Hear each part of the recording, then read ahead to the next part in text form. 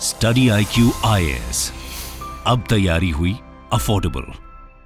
नमस्कार, मैं हूं आशीष। आप देख रहे हैं प्लासी टू पार्टीशन सीरीज और हम बात कर रहे थे अबाउट एपैरेटस ऑफ रूल, यानी कि ब्रिटिश इंडिया और ब्रिटिश इंडिया में ईस्ट इंडिया कंपनी कैसे रूल कर रही थी और किन मायनों के हेल्प के साथ रूल कर रही थी। So we have seen in the apparatus of rule judicial system, कैसे कोर्ट्स कचहरी के माध्यम से government of India East India company rule कर रही थी, right. We have seen Cornwallis code etcetera. तो ये हमारी लास्ट सबसे पहली वाली यानी कि जो लेटेस्ट एपिसोड थी उसका पार्ट है। Now we are going ahead with the same apparatus of rule. That means we will see how army was used and how civil services was used. दोनों चीज बहुत ही ज्यादा इंपॉर्टेंट है, राइट। कि एक आर्मी की इस्तेमाल कैसे होती है देश को या एक कॉलोनी को गुलाम बनाने में, that is one part. And the other part is civil services, यानी कि जो मिलिट्री इंफ्रास्ट्रक्चर है वो और उसके बाद में जो सिविल इंफ्रास्ट्रक्चर है वो दोनों कैसे यूज किया जाएगा। So in this section we will see apparatus of rule, particularly army with civil services. और इसी के साथ साथ we will also make sure कि सिविल सर्विसेज की हिस्ट्री भी थोड़ा बहुत देखे, एवोल्यूशन भी देखे। आर्मी की एवोल्यूशन, जो आप ईस्ट इंडिया कंपनी की आर्मी की एवोल्यूशन देखते हैं, that is in the three stages. तीन बड़े बड़े मायनों में हम देखेंगे। That is from the time period of 1600 till 1856 कि कैसी आर्मी हुआ करती थी ईस्ट इंडिया कंपनी की। Traditional, it was very traditional, that means modelled around the Mughal system. कि जैसे मुगल्स रखा करते थे कास्ट ओरिएंटेशन, कास्ट लाइंस पे, वैसी आर्मी ईस्ट इंडिया कंपनी भी रखती थी। ईस्ट इंडिया कंपनी यानी कि ब्रिटिशर्स की कंपनी कोई लंदन से लोगों को लेकर आकर यहाँ पर जीती नहीं थी, right. They were just few hundreds, they were just around 100 and 150 people in one settlement. एक सेटलमेंट में, एक फैक्ट्री में 150 से 200 ब्रिटिशर्स रहा करते थे। This was a time period when India was still grappling with the Britishers. ये 1600 से 1856 तक की बात है। पर्टिकुलरली वो टाइम पीरियड 1600 से टिल 1740s का टाइम पीरियड, जब ब्रिटिशर्स ट्रेडर्स की तरह बिहेव कर रहे थे। इनफैक्ट जब 1740s से ब्रिटिशर्स कार्नेटिक वॉर लड़ना शुरू कर रहे हैं, even then they are hiring Indian soldiers. तब भी वो इंडियन सोल्जर्स को हायर कर रहे थे। ऐसा नहीं था कि वो ब्रिटेन से कोई सोल्जर्स को ला रहे थे। इनफैक्ट उनकी गिनती चंद हजारों में हुआ करती थी। Now that was very different. That is one part, that is one phase. 1857 के बाद आप सब जानते हैं that there was a huge revolt of the sepoys out there. हालांकि इनकी संख्या बढ़ रही थी, आप समझ सकते हैं कि ज्यादातर भारतीय ही थे। उसके बाद में कुछ कैरेक्टर चेंज होता है, रिवोल्ट चेंज द कैरेक्टर। और क्या कैरेक्टर आता है? मार्शल रेस का। यानी कि आर्मी में ऐसे लोगों की भर्ती हो रही थी जो बगावत ना करें, जो ऐतिहासिक तौर पर या शारीरिक तौर पर, यानी कि historically, physically, they are born and bred for war. That is what you call as martial races. Now martial races आना शुरू हो गए थे, used for maintaining discipline.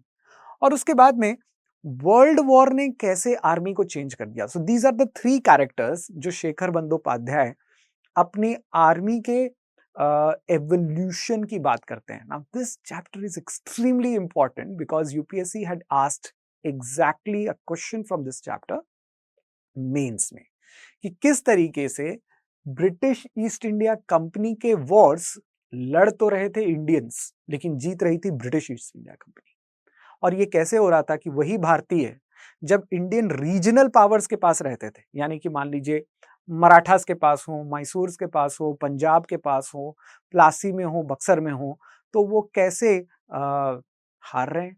और वही भारतीय जब ब्रिटिशर्स के अंदर काम कर रहे थे वो कैसे जीत रहे हैं। How is it possible? So that all we have to see. But before we begin I would like to remind my dear students, particularly those who are watching this at comfort of your home. मैं जानता हूं कि आप civil services की तैयारी कर रहे हैं, अदरवाइज आप दूसरे स्टेट एग्जाम्स की तैयारी कर रहे हैं। That is why you are here. So kudos for being here.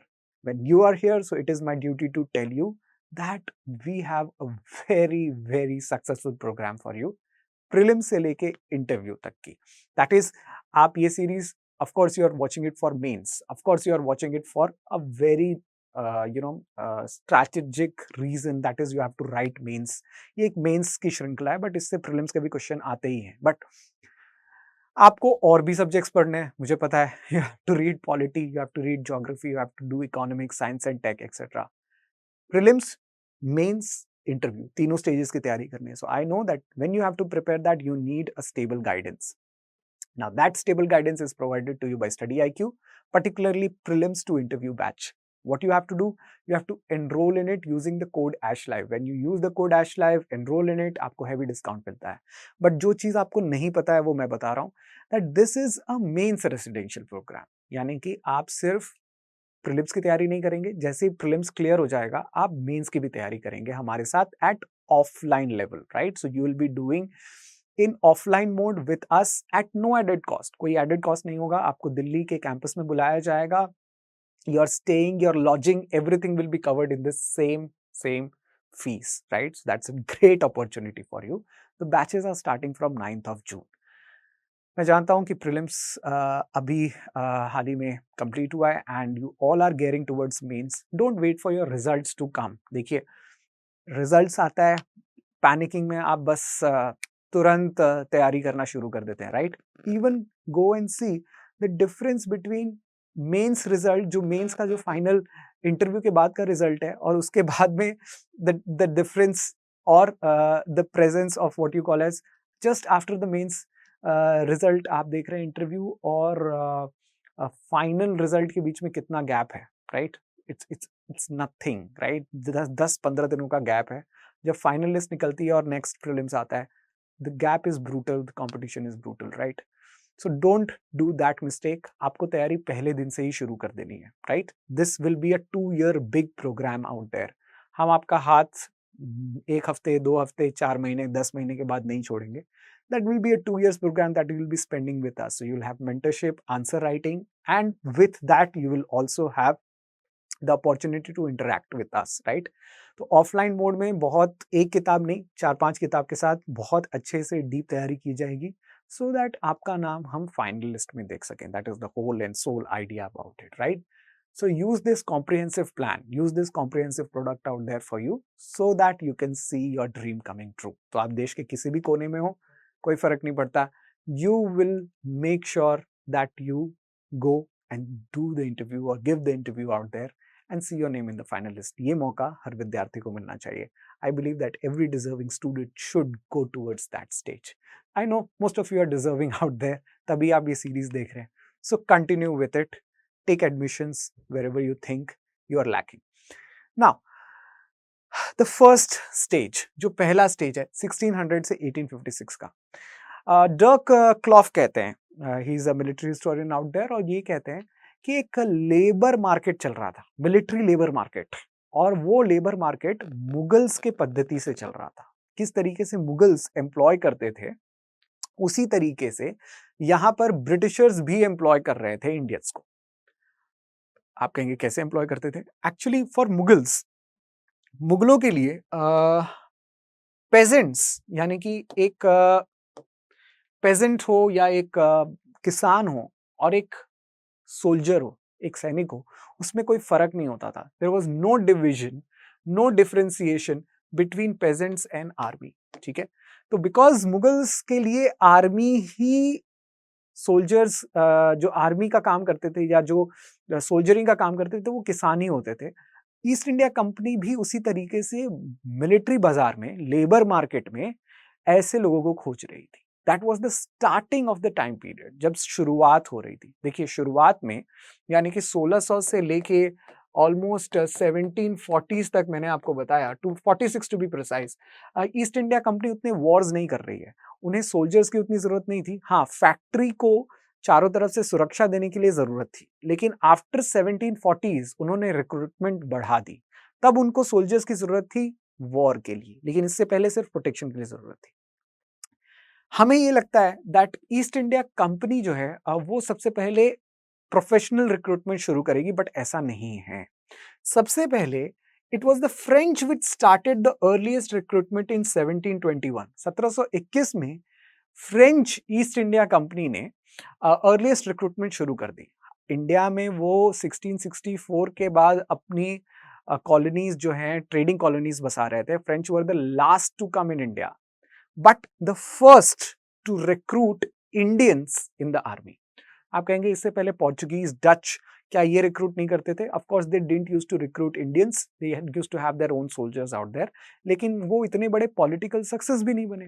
वो थोड़े बहुत एरियाज को जो है कैप्चर करते थे और फिर इतना बड़ा एम्पायर कार्व आउट नहीं कर पाए.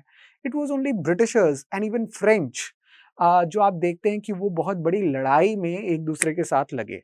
इनफैक्ट 1740s में, 1746 to be precise, Anglo Carnatic war शुरू हो जाती है. कार्नेटिक वॉर शुरू हो जाती है जिसमें फ्रांस और ब्रिटिश ईस्ट इंडिया कंपनी दोनों आमने सामने होती है. लेकिन ये पद्धति जो है फ्रेंच स्टार्ट करते हैं to recruit Indians in the regiment. बाद में ईस्ट इंडिया कंपनी के कैप्टन स्ट्रिंजर लॉरेंस, जिनकी तस्वीर आप यहाँ पे देख रहे हैं, इन्होंने भारतीयों की रिक्रूटमेंट शुरू कर दी. In fact he was the military guru to Robert Clive. Robert Clive इन्हीं के नीचे, of course in Bengal as well as in Madras, particularly in Bengal, Fort Williams के one of the first commanders हुआ करते थे कैप्टन स्ट्रिंजर. और इन्हीं के नीचे एक प्रकार से इनिशिएशन भी लिया था रॉबर्ट क्लाइव ने. Robert Clive, the master of Plassey, the master of siege of Arcot, even the second Carnatic war, who turned out the whole Carnatic war. So यहां पर हम देखते हैं दैट ईस्ट इंडिया कंपनी से कैप्टन स्ट्रिंजर इस काम को कर रहे हैं. In fact they are learning from the French out there. Seema Alavi, who is a medieval as well as 18th century के ऊपर सीमा आलवी का बहुत ज्यादा रिसर्च है. She writes brilliantly well with Muzaffar Alam the books about 18th century India. और वो ये बताती हैं कि army had East India company's largest share of expenditure. कि ईस्ट इंडिया कंपनी का जो लार्जेस्ट शेयर था इस टाइम पीरियड पे, यानी कि सबसे ज्यादा ईस्ट इंडिया कंपनी अब इस टाइम पीरियड पे आर्मी पे खर्चा कर रही थी. Douglas Peers also says that military fiscalism चल रहा था, यानी कि पूरा का पूरा attitude of economy was geared towards what was geared towards military finance. कि जितना मिलिट्री के ऊपर खर्चा होगा, मोनोपोली जो है वो उतनी ही तगड़ी होगी, उतनी ही अच्छी होगी. पावर जो है मोनोपोली की वो उतनी अच्छी होगी. इसके बाद ईस्ट इंडिया कंपनी जो है एथनिक स्टीरियोटाइपिंग पे उतर आती है. यानी कि 1857 के बाद, जैसे ही 1857 का रिवोल्ट हुआ, एक तरीके से कास्ट के नाम पर, in the name of caste and even religion को क्यों छोड़े, even name of religion, army को बांटा जा रहा था. कैसे?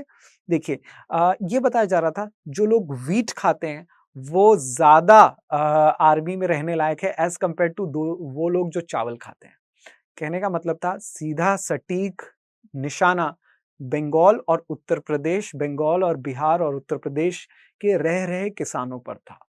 अर्लियर, जैसे कि मैंने आपको बताया, मुगल साम्राज्य या मुगल एम्पायर किस तरीके से पेजेंट्स को ही रिक्रूट करता था, उसी तरीके से British East India Company Rajput, Bhumihar, Brahmins and Mohammedans, मुसलमान, इन सभी कास्ट्स को और रिलीजन को इंक्लूड करती थी अपनी आर्मी में. लेकिन 1857 की लड़ाई के बाद, जो कि ज्यादातर एक सिपाही विद्रोह था और उस सिपाही में ज्यादातर हिंदूज में ब्राह्मण, भूमिहार, राजपूत और मुसलमान थे. अब इन्हें इन कास्ट्स के लोग नहीं चाहिए थे, right? So now they started coming up with a more suitable what you call as martial races. इनका कहना यह था कि उन रेसेस को लेना चाहिए आर्मी में जो लड़ाई या लड़ने के लिए ही बढ़े हुए हैं या जाने जाते हैं. आप कहेंगे ऐसी कौन सी रेसेस हैं इंडिया में जो लड़ने के लिए जाने जाती हैं? सो हिल ट्राइब्स, particularly हिल ट्राइब्स वर रिक्रूटेड थ्रू नोटेबल्स और the local notables. Hill tribes जैसे कौन? गुरखाज, नेपालीज, इन लोगों को एक प्रकार से एंट्री देना शुरू कर दिया गया. In fact Pathans, North Western Frontier Province से Pathans, Marathas from Maharashtra, right, and Sikh, particularly Sikh soldiers जो पंजाब की डिसबैंड आर्मी से अनएम्प्लॉयड पड़े थे. यानी कि पंजाब के महाराजा रंजीत सिंह के 1849 में हुए सेकेंड एंग्लो सिख वॉर के बाद जो खाली पड़े सोल्जर्स थे, उनको बड़ी संख्या में रिक्रूट किया गया इन East India Company's army, particularly in the newly created royal army. ठीक है, so 1857 के बाद ईस्ट इंडिया कंपनी नहीं रहती है भारत में, it was directly under the British crown, right. तो अब जो नई क्राउन की नई आर्मी थी उसमें गुरखास थे, नेपालीज थे, मराठास थे, सिख थे, पठान्स थे, यानी कि वो लोग according to them who were martial races, Brahmin, Bhumihar, राजपूत्स, even Mohammedans का कोई अब जगह नहीं बचा था भारतीय, या अगर मैं कहूं उस जमाने की इंडियन फौज में। उन्होंने मुगल घटवाली सिस्टम को भी हटा दिया। What is Mughal ghatwali system? ये वर्ड यूज करते हैं शेखर बंदोपाध्याय। घटवालीज जो थे या घटवाली टेन्योर्स हुआ करते थे, actually these were the men who use to provide protection to the passes. Particularly Bengal के बहुत सारे पासेस थे या हिमालय के बहुत सारे पासेस थे, जैसे खाइबर पास हो या नंगा पर्वत हो, ये कुछ पासेस हैं जहां से आप इंडियन सबकॉन्टिनेंट से दूसरे साइड जा सकते हैं। अब इन पासेस को, इन घाट्स की रखवाली करने वालों को घटवालीज कहते थे, और घटवालीज को मुगल्स जो हैं वो लैंड देकर, एक छोटी सी लैंड की टुकड़े देकर सैलरी दिया करती थी, रेगुलर सैलरीज नहीं दी जाती थी। ब्रिटिशर्स ने ये सारे सिस्टम बंद कर दिए, घटवाली सिस्टम बंद कर दिया और उन्हें रेगुलर सैलरीज देना शुरू कर दिया, right, so that they feel secured, so that they feel good about their employer and so on and so fourth. यानी कि उनका काम पे ध्यान लगा रहे, they should not be worrying about anything else. मैंने यहाँ पर लॉर्ड कैनिंग की तस्वीर यूज की है, those particularly who was responsible for introducing the new martial race theory। ठीक है, so particularly इंडिया में martial race theory इनके साथ में आ रही है, and you can see out the new attires। मैंने पहले भी पेंटिंग्स जो हैं इसी बाबत यूज की थी आपको समझाने के लिए। अगर आप देखें पहले के सोल्जर्स को, पर्टिकुलरली एक मुगल सोल्जर हो या एक रीजनल सोल्जर हो, और उसका transformation, how that transformation happens with respect to East India company की। एक रेड कोट पहनाया जाता था, so that was the transformation that was happening, right. आप यहाँ पर सिखों को देख सकते हैं, who were now trained to be the new mainstay of the British army. So British army की नई मेन स्टे ये बन रहे थे। These are the pictures of the गुरखास। Particularly 1816 के बाद गुरखास को ज्यादा इंडियन आर्मी में, ईस्ट इंडिया कंपनी की आर्मी में तवज्जो दिया जाने लगा because of the Anglo Nepal Wars. तो एंग्लो नेपाल वॉर्स के बाद गुरखास also started coming up in the British army. But सबसे ज्यादा इंपॉर्टेंट चीज ये है कि आप ब्रिटिश आर्मी की संख्या को देखें, किस प्रकार से किस ईयर में संख्या घट रही है और बढ़ रही है। Particularly in 1794 it was just around 54,000। 1794 में ईस्ट इंडिया कंपनी की संख्या जो है, स्ट्रेंथ जो है 59,000 के आसपास, 54,000 के आसपास है। इन 1824, पर्टिकुलरली 1824 वो टाइम था जब बर्मा में एनेक्सेशन चल रहा था, एग्जैक्टली। लेकिन 1824 में देखें, जब ज्यादा से ज्यादा एनेक्सेशंस हो चुके हैं, जस्ट मैसूर हो चुका है, 1799 में एंड हो रहा है, मैसूर का एनेक्सेशन खत्म है, मराठास का एनेक्सेशन 1818 में फाइनली खत्म हो चुका है, बंगाल में Plassey, Buxar, obviously 1757 1764 has ended. बस बचा था Anglo Punjab wars and the coming up of, if I would say, इसके बाद आने वाली थी बस the Anglo Afghan, Anglo Sindh wars and Anglo Punjab wars. But उसी के आसपास आप देख रहे हैं कि कंपनी ऑलमोस्ट 1.5 लाख के रेंज पर पहुंच गई है, कंपनी की सेना, right. And by the time of 1856, literally 1856 में 2,14,000 की संख्या हुआ करती थी, जिसमें ऑलमोस्ट 1:3 का रेशियो हुआ करता था। That means 1 British soldiers to 3 Indian soldiers. 1:3 ratio is a big chunk, right. So एक सोल्जर के ऊपर 3 भारतीय हैं। That was the warring job. In fact Bengal में जाके ये रेशियो 1:4 भी हो जाता था। सो दैट क्रिएटेड प्रॉब्लम, और आप जानते हैं कि 1857 के बाद क्या होता है, राइट। नाउ 1857 के बाद आती है Peel Commission. Now Peel Commission was constituted for military reforms. Military reforms के लिए पील कमीशन आ रही है। और ये कह रही थी कि वो रेजिमेंट जिन्होंने म्यूटनी किया था, जिन्होंने बगावत की थी, उन्हें पूरी तरीके से डिसबैंड कर दिया जाए, पूरी तरीके से खत्म कर दिया जाए। बगावत करने वालों में UP, Bihar, Bengal, some areas of Jhansi, right? Particularly areas of Malwa, Bundelkhand, Firozpur, Faizabad, Lucknow, Patna, right, यानी कि सेंट्रल इंडिया के बहुत सारे, Agra, all of these areas were ablaze. लेकिन जो रेजिमेंट्स एक प्रकार से बगावत नहीं करती हैं, उनमें पंजाब, उनमें मद्रास, उनमें बॉम्बे रेजिमेंट्स आते हैं। तो इन सारे रेजिमेंट्स को छोड़कर बाकी सारे रेजिमेंट्स को डिसबैंड किया गया। कास्ट्स वर even more evenly mixed among regiments, यानी कि अब सिर्फ हायर कास्ट वाले रेजिमेंट्स या लोअर कास्ट वाले रेजिमेंट्स नहीं बनाए जा रहे थे।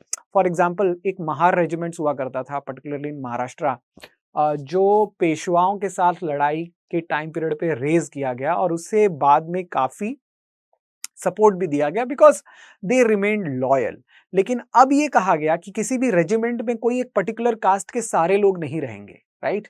कास्ट्स को मिक्स किया जाएगा। जरूरी नहीं है, हायर कास्ट को तो अब हायर करना छोड़ ही दिया था। हायर कास्ट यानी कि जो सवर्ण जाति के हैं उनको अब सोल्जर्स बनाना लगभग बंद कर दिया गया।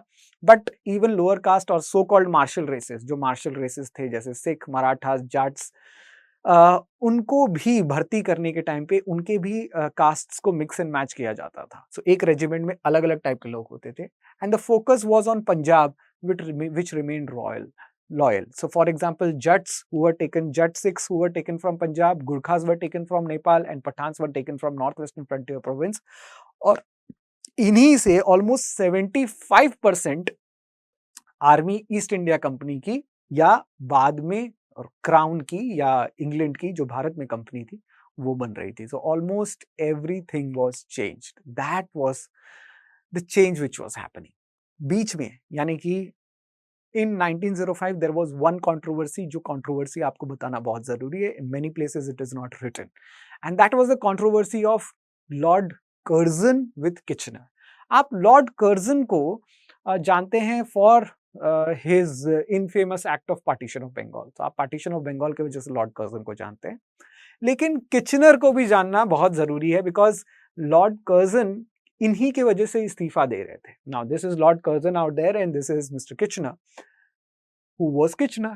Now Kitchener was the commander in chief. Kitchener जो है वो कमांडर इन चीफ है और दोनों के बीच में झगड़ा हो गया था, बहुत बड़ा झगड़ा इस बात का था कि वॉइसरॉय काउंसिल में, यानी कि जो एक जमाने में गवर्नर जनरल काउंसिल होता था उसी को वॉइसरॉय काउंसिल बाद में बनाया गया। तो वॉइसरॉय की काउंसिल में एक मिलिट्री मेंबर भी हुआ करते थे। मिलिट्री मेंबर मिलिट्री के चीजों का, अफेयर्स का ब्यौरा रखते थे and he was like a de facto authority कि वो मिलिट्री के मेंबर हो या वॉइसरॉय की चीजें मिलिट्री डिपार्टमेंट के साथ लियाजन करें या देखभाल करें। किचनर का मानना ये था कि इस पोजीशन को अबॉलिश कर देना चाहिए और सारी चीजें कमांडर इन चीफ को डायरेक्टली वॉइसरॉय से बात करनी चाहिए, कोई बीच में मिलिट्री मेंबर नहीं होना चाहिए। This was a small trivial bureaucratic affair. ये एक छोटा सा ब्यूरोक्रेटिक अफेयर था। हो ये रहा था कि किचनर नहीं चाहते थे कि एक बीच में मिडलमैन हो और वो अपने आप को वॉइसरॉय के इक्वल समझते थे, right? So viceroy was also a civilian come overall authority, but अपने आप को मिलिट्री अथॉरिटी समझने वाले किचनर इस बात पर पूरे तरीके से अड़े थे कि मिलिट्री मेंबर को हटा दिया जाए, मिलिट्री के सारे decisions directly commander in chief लेंगे।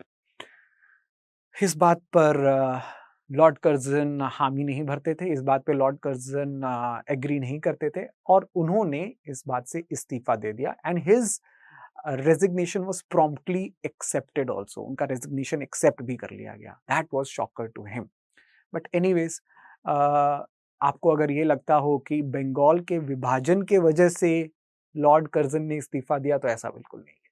ही actually gave, if I would say, resignation, and that was because of the famous or infamous Kitchener-Curzon controversy. बाद में 1931 के बाद आर्मी का रूप थोड़ा बदलता है, आर्मी की सिचुएशन जो है वो थोड़ी बदलती है। That means there was starting of Indian indigenization, यानी कि ऑफिसर लेवल पे इंडियन मिलिट्री या रिक्रूटमेंट जो था इंडियंस का ज्यादा हो रहा था। इनफैक्ट 1940s में इंडियंस या इंडियन रिक्रूट्स जो हैं वो नेशनलाइजेशन की तरफ बढ़ रहे थे। 1946 में रॉयल इंडियन नेवी का म्यूटिनी भी होता है, राइट, आईएनएस तलवार के तरफ से। That was the inhuman treatment meted out to the Indian sailors out there. But after some point of time Indians जो हैं वो आपको सोल्जर पोजीशन से ज्यादा ऑफिसर पोजीशन पे दिखाई देंगे, because at this point of time they needed Indians help. Particularly 1939 के बाद, सेकेंड वर्ल्ड वॉर के बाद भारतीयों की भर्ती ऑफिसर लेवल पे बहुत ज्यादा होने लगी। So that created a change in the character of Indian army. Now what was the story of civil services, कि किस तरीके से सिविल सर्विसेज रूल करने में हेल्प कर रही थी। देखिए, सिविल सर्विसेज यानी कि जो ब्यूरोक्रेट्स थे वो डायरेक्टली आईएएस वाला टैग जो है या आईपीएस वाला टैग वो डायरेक्टली नहीं आ रहा है। सबसे पहले ब्यूरोक्रेट्स जो ईस्ट इंडिया कंपनी के थे वो राइटर्स के तौर पर आते थे। राइटर्स होते थे, फैक्टर्स होते थे। ये 1600 से 1765 तक की कहानी है, जहां पर ईस्ट इंडिया कंपनी के शेयर होल्डर्स बस एक रिकमेंडेशन लेटर लिखते थे और आप एक ब्यूरोक्रेट के तौर पर, राइटर के तौर पर, फैक्टर के तौर पर भारत में लैंड होते थे। उसके बाद दौर चला कलेक्टर का। एक कलेक्टर की पोजीशन बनाई जा रही थी वॉरेन हेस्टिंग्स के टाइम पीरियड पे, और 1858 तक इन्हें माई बाप बना दिया गया। Collectors were becoming the hefty people out there. और उसके बाद में एक दौर वैसा आया जो इंडियन सिविल सर्विसेज बनी, और इंडियन सिविल सर्विसेज के बाद इंडियन एडमिनिस्ट्रेटिव सर्विसेज बनी, जिसकी आप भी तैयारी करते हैं। Now that was the evolution. कैसे एवोल्यूशन हम ट्रेस करेंगे? This is the first phase. When you see the first phase 1600 से लेके 1765 तक, जब ईस्ट इंडिया सर्वेंट्स हुआ करते थे और एक कॉवेनेंटेड सिविल सर्विसेज होती थी। Now what is this covenanted civil services and what is this servants? देखिए, कंपनी बहुत सारे लोगों को एज अ ब्यूरोक्रेट एम्प्लॉय करती थी। These were what you call as, these were writers, ठीक है, इनको राइटर्स कहा जाता था। इनफैक्ट ये एक एंट्री लेवल पोजीशन हुआ करती थी in East India Company. Okay, the officers were known as writers. Writers के ऊपर का एक पोजीशन हुआ करता था फैक्टर्स का, right? So after writers you had factors, and above factors you have agents and merchants, ठीक है? So it would go something like this, that entry level position is writer, writer से बड़ा factor जो factory hold करते हैं, factor से बड़ा agent जो पूरे सेटलमेंट को होल्ड करते हैं, और एजेंट से सबसे बड़े मर्चेंट, राइट, जो एक प्रकार से कॉमन पार्लेंस में अगर मैं कहूं कि कैलकाटा के जो चीफ मर्चेंट होंगे, so he will be the chief bureaucratic officer out there. तो ये हायरार्की चलती थी, इस तरीके से हायरार्की चल रही है। बट इसके बाद भी आई होप अगर आपको नहीं दिख रहा हो, so I can just write like this, writer followed by factor, factor followed by agent, and agent followed by merchant. Now problem ये थी, जैसे कि मैंने आपको बताया, agent trading station with a number of factors residing in will be called as factory, and a settlement जहां पर number of factories will be there will be grouped as a settlement, और वो एजेंट के अंदर काम करते थे। अब प्रॉब्लम ये थी कि ये सारे जो राइटर्स, फैक्टर्स, एजेंट्स या मर्चेंट्स हैं जो ब्यूरोक्रेटिक पोजीशन में काम करते थे, इनकी कोई एग्जामिनेशन नहीं होती थी। इनको बस एक रिकमेंडेशन से भेज दिया जाता था, यानी कि आप बस रिकमेंड करवाइए, किसी बड़े शेयर होल्डर से रिकमेंड करवाइए या बोर्ड ऑफ कंट्रोल के मेंबर से रिकमेंड करवा दीजिए, और आपका तबादला भारत में हो जाएगा। It was just done by recommendation of court of directors, ठीक है? ईस्ट इंडिया कंपनी के कोर्ट ऑफ डायरेक्टर रिकमेंड कर देते थे और आप यहाँ पर आ जाते थे। Here I am showing you the writers building. This is in Calcutta. Abhi recently it was the chief minister's office. Now it has been changed. But what is important is that कुछ ऐसे colleges भी बन रहे थे। यहाँ पे हेलीबेरी college में आपको दिखा रहा हूँ। This is not just any picture. The Haileybury college was used for training of writers and factors. Bharat में आने से पहले इनको ट्रेनिंग दी जाती थी इन्हीं सारी जगहों पर। राइटर्स बिल्डिंग में भी ट्रेनिंग दी जा रही थी। 1800 में फोर्ट विलियम कॉलेज जो है वो भी बन रहा था। So anyways, it was done on the recommendation of directors, ये सबसे पहली बात थी। इनकी काम क्या थी? Book keeping, accountancy, warehouse management etcetera, जो भी काम एक सिंपल मर्चेंट किया करते हैं, वही इनका काम था। और इसीलिए इन्हें कॉवेनेंटेड सिविल सर्वेंट कहा जाता था। They were not called as Indian civil servant first, they were called as covenanted civil servant. What after that? Now there was a new age of bureaucrats. इसके बाद में, पर्टिकुलरली 1765 के बाद में, एक नई ब्यूरोक्रेसी की एज आई। वो टाइम पीरियड जब वो प्लासी और बक्सर झेल चुके थे। प्लासी और बक्सर से they were trying to control the whole of India. तो अब कंट्रोल के लिए कुछ नए ब्यूरोक्रेट्स चाहिए, राइट? कुछ नए गवर्निंग स्ट्रक्चर चाहिए। तो वॉरेन हेस्टिंग्स जो है वो इंस्टीट्यूट कर रहे हैं ऑफिस ऑफ डिस्ट्रिक्ट कलेक्टर। तो जो आप डिस्ट्रिक्ट कलेक्टर, डीसी पढ़ते हैं, जो कलेक्टर वर्ड, हालांकि अब डीसी यूज नहीं होता है, डिप्टी कमिश्नर वर्ड यूज होता है, बट जो आप पढ़ते हैं द इंस्टीट्यूट और the office of district collector, वो वॉरेन हेस्टिंग शुरू कर रहे थे। कॉर्नवालिस जो उनके बाद में आ रहे थे, he was instituting the separation of power, the philosophy of separation of power. इन्होंने डिस्ट्रिक्ट जज और डिस्ट्रिक्ट कलेक्टर की पोजीशन को अलग अलग कर दिया। पहले वॉरेन हेस्टिंग के टाइम पे जज भी कलेक्टर साहब हुआ करते थे और अथॉरिटी भी कलेक्टर साहब ही हुआ करते थे, एग्जीक्यूटिव अथॉरिटी। अब ऐसा नहीं होता है, राइट?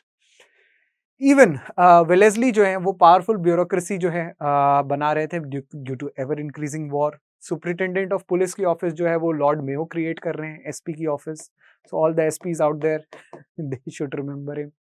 बट सबसे पहले when it was made possible for Indians to sit in examination or to make sure that Indians को रिक्रूट भी किया जा सकता है कि नहीं किया जा सकता है इन सारे सर्विसेज में।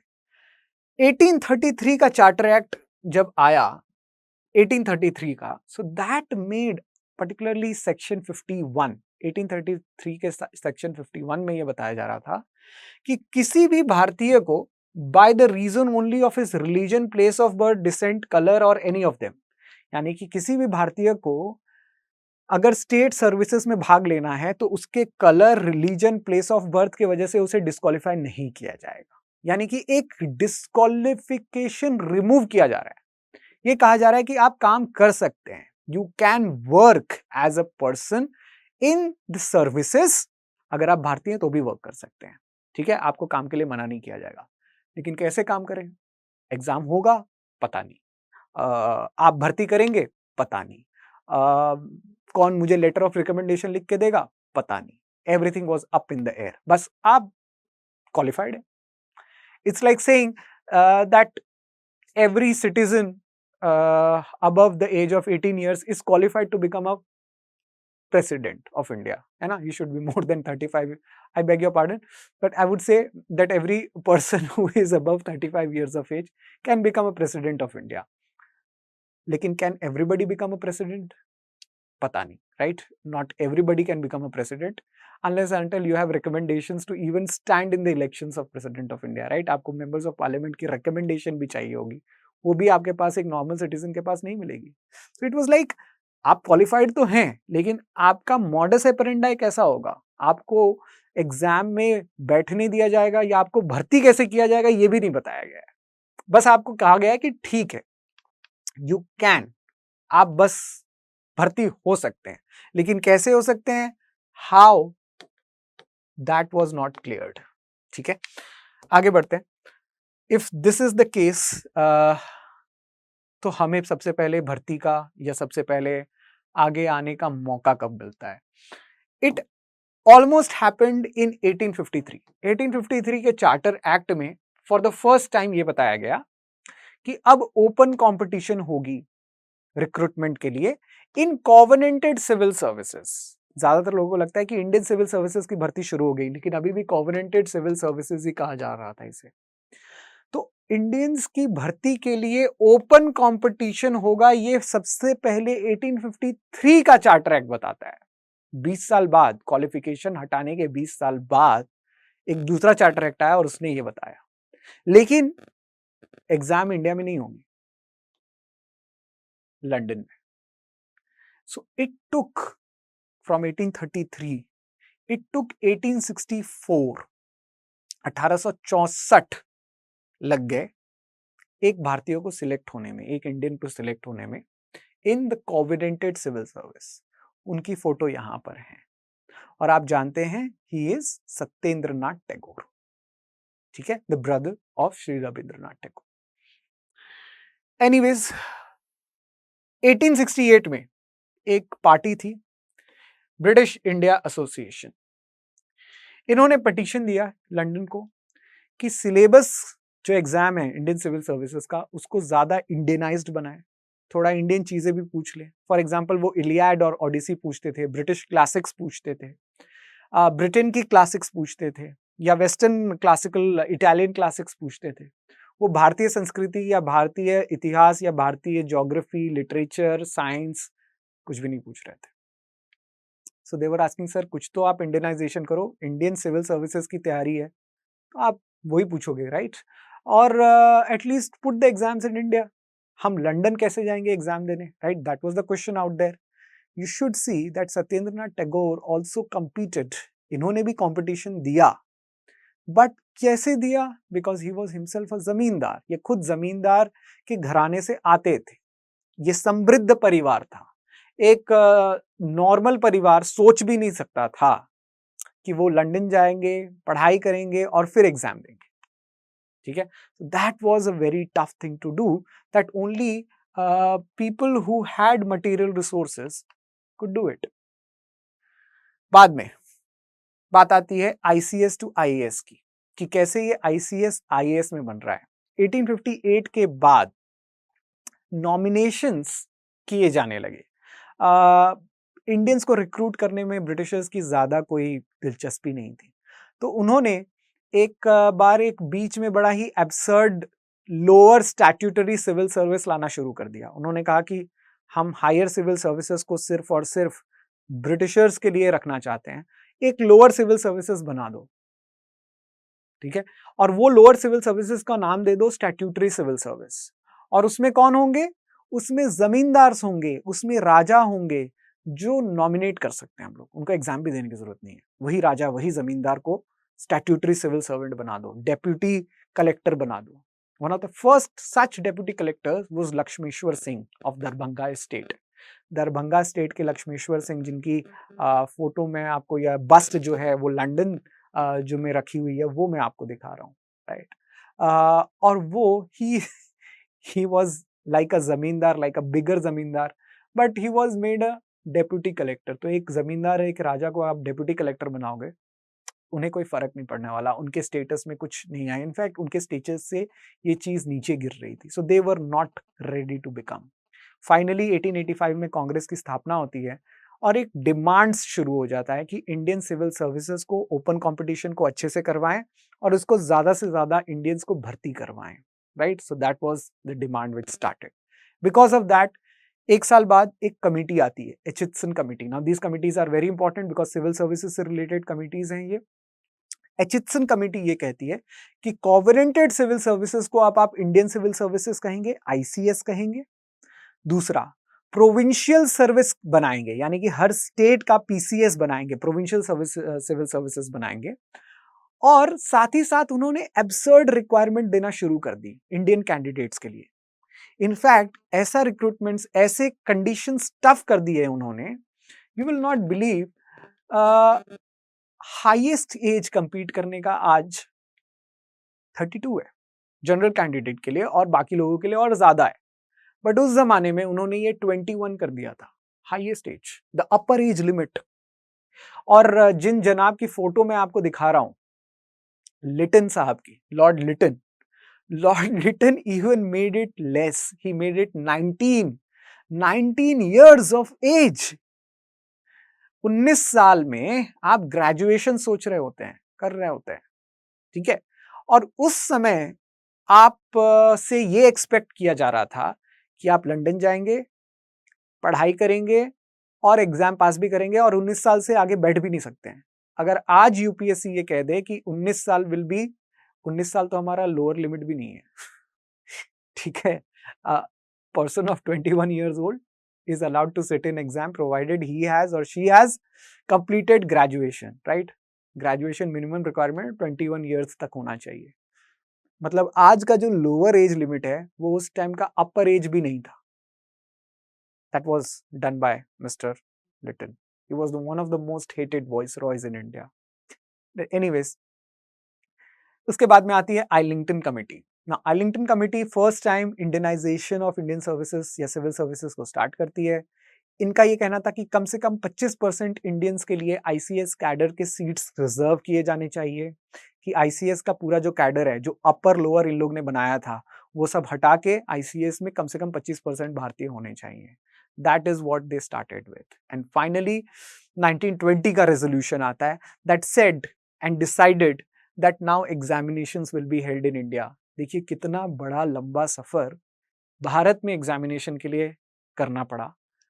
1833 में सबसे पहले भारतीयों को हक दिया जा रहा था कि आप स्टेट में सर्विसेज पा सकते हैं, और 1920 में यानी कि ऑलमोस्ट 90 साल लगे उस एग्जाम को भारत में करवाने के लिए. लेकिन हुआ 1922 में सबसे पहला वेन्यू इलाहाबाद का लॉ कॉलेज बना, जहां पर इंडियन सिविल सर्विस की परीक्षा हुई. इलाहाबाद वालों को ये इतिहास सुनकर शायद गर्व हो रहा होगा, right? So Allahabad became the area और the place, particularly the law college, that was chosen as a venue. एक ही वेन्यू था, पूरे देश में एक ही वेन्यू बना. Anyways, Lee Commission came in 1923 and it divided into services into All India services, central services and provincial services, जो आप जानते हैं. And finally, वो टाइम आया जब इंडियनाइजेशन सही मामलों में हुआ. वो ऐसे हुआ कि 1928 में 1928 में जब आईसीएस की वैकेंसी निकली तो उनमें से 25 यूरोपियन कैंडिडेट्स को सीट मिला और 25 में से 20 उस सीट को लेने से मना कर दिए. That was the first instance, particularly in 1928 when we had been through non cooperation movement, जब नॉन कॉपरेशन मूवमेंट हो चला था और एक प्रकार से तैयारी चल रही थी सिविल डिसोबीडियंस मूवमेंट की, तब आधे से ज्यादा अंग्रेज आने से भारत में मना कर रहे थे. They knew that now time is not right, particularly for bureaucrats, because एक increased political pressure के तहत उन्हें काम करना था. 1946 में प्रोविंशियल गवर्नमेंट जो है वो क्रिएट कर रही थी IAS, IPS for the future of the free government of India. ठीक है. एंड देन आर्टिकल 312 आता है जो सर्विस कंडीशन को कॉन्स्टिट्यूशन में रखता है. And then because of article 312 you had all India services rule, all India services characters, so and so forth. कुछ ऑल इंडिया सर्विस के लोगों को आपको जानना चाहिए. I have shown you my ideal, particularly one person who made a transition, who made a very beautiful transition from ICS to IAS. Indian civil servant थे, बाद में इंडियन एडमिनिस्ट्रेटिव सर्वेंट बन गए. मैं बात कर रहा हूँ वीपी मेनन की, because we are talking about the history of Indian civil services, so you should talk about Indian civil servant also. VP Menon एक ऐसे ब्यूरोक्रेट थे जिनका नाम आपको पढ़ना चाहिए in integration of princely states. हम इंटीग्रेशन ऑफ प्रिंसली स्टेट्स में 3 लोगों का नाम पढ़ते हैं, सरदार वल्लभ भाई पटेल, लॉर्ड माउंटबेटन, लेकिन कहीं ना कहीं वीपी मेनन खो जाते हैं. इनफैक्ट हम सरदार पटेल को याद रखते हैं, लेकिन पटेल के साया बनकर चले थे सर वीपी मेनन. और VP Menon was an able astute civil servant who made sure that Bharat में ज्यादा से ज्यादा प्रिंसली स्टेट्स विलय हो जाएं. इनमें से सबसे ज्यादा उन्हें जोर और अगर मैं कहूं प्रेशर झेलना पड़ा था, so that was with respect to the state of the princely state of Jodhpur, and still he showed his perseverance. So Sir VP Menon is one of those celebrated civil servants that I idealize. आपके भी civil servants हो सकते हैं जो आपको प्रेरित करते हैं, जो आपको प्रेरणा देते हैं in order to compete for examinations. मैं जानता हूं आप सब examinations की तैयारी कर रहे हैं. So for that, again, I would like to remind you about our P2I batches. Now, P2I batches starts from 9th of June, evening batches हैं ये. And again, I'm telling you, मैं जानता हूं कि आपके प्रेरणा स्तोत्र हैं चारों तरफ, सिविल सर्वेंट्स है चारों तरफ, राइट? इसीलिए आप भी इस एग्जाम के लिए तैयारी कर रहे हैं, ऐसे वैसे कोई तैयारी नहीं करते हैं, राइट? सो आपने जब ये प्रेरणा देख ली है, आपने जब ये शपथ ले ली है, जब ये गोल रख लिया है, सो गो एंड फुलफिल दैट. मैंने P2I बैचेस के बारे में आपको अच्छे से बताया है. साथ ही साथ मैं और एक बात बताना चाहता हूँ कि सिर्फ हम लेक्चर्स ही के साथ ही नहीं, मेंटरशिप्स के साथ भी आपके साथ जोड़ेंगे। सिर्फ लेक्चर्स ही नहीं, आंसर राइटिंग भी करेंगे, daily tests, current affair programmes आपको एक मुकम्मल संपूर्ण तैयारी प्रदान करती है, so that you are there with all the arms and ammunitions when you sit for examination, right. आप अपनी तैयारी पूरी करके जाएंगे। ऐसा नहीं है, बहुत सारे क्लासेस में ऐसा होता है कि आप प्रीलिम्स के लिए आपको मेंस के लिए पढ़ाकर 8 महीने में टाटा बाय बाय कर देते हैं। We don't want to do that, right. तो प्रीलिम्स की तैयारी करेंगे ही। जैसे ही आप प्रीलिम्स पास करते हैं वैसे ही आपको मेंस की तैयारी के लिए वापस 4 महीने के लिए बुलाया जाएगा, and that too on an offline mode. That is, if that is not a good deal to the years, then what else is, right. इससे अच्छी चीज शायद स्टूडेंट्स के लिए नहीं है, और वो भी एट नो एडेड कॉस्ट। इसी कॉस्ट में आपको बुलाया जाएगा। So use the code ASH Live, use it for your mains, particularly use it. ये एक मैराथन वाली कोर्स है, 2 साल चलने वाली कोर्स है, राइट, जो आपको अंत तक पहुंचाएगी। So make it sure that when you have seen that dream of finding your name in the final list, you use this, ठीक है।